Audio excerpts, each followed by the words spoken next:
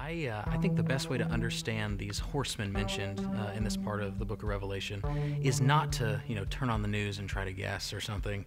I think the best thing to do is actually see where these figures are used in the Old Testament, specifically in Zechariah chapter 1, verses 8 through 10, and in Zechariah 6, verses 1 through 8.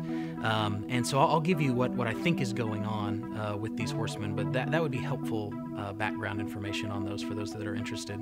I think these horsemen are those that are sent out to patrol and bring destruction on the earth.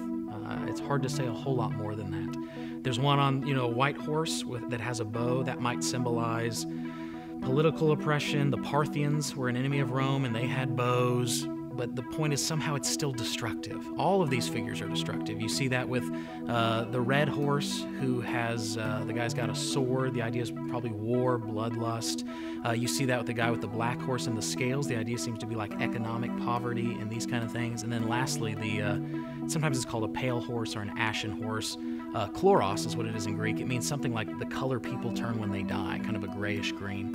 And death and Hades follow. And so the idea, though, is that these are kind of these emissaries sent to patrol and bring destruction. So we don't want to be overly literal here. The idea is that wrath is being poured out and destruction is being done, and it's symbolized through war, through famine, through pestilence, through death, through these kind of things. I think that's the best way to understand that.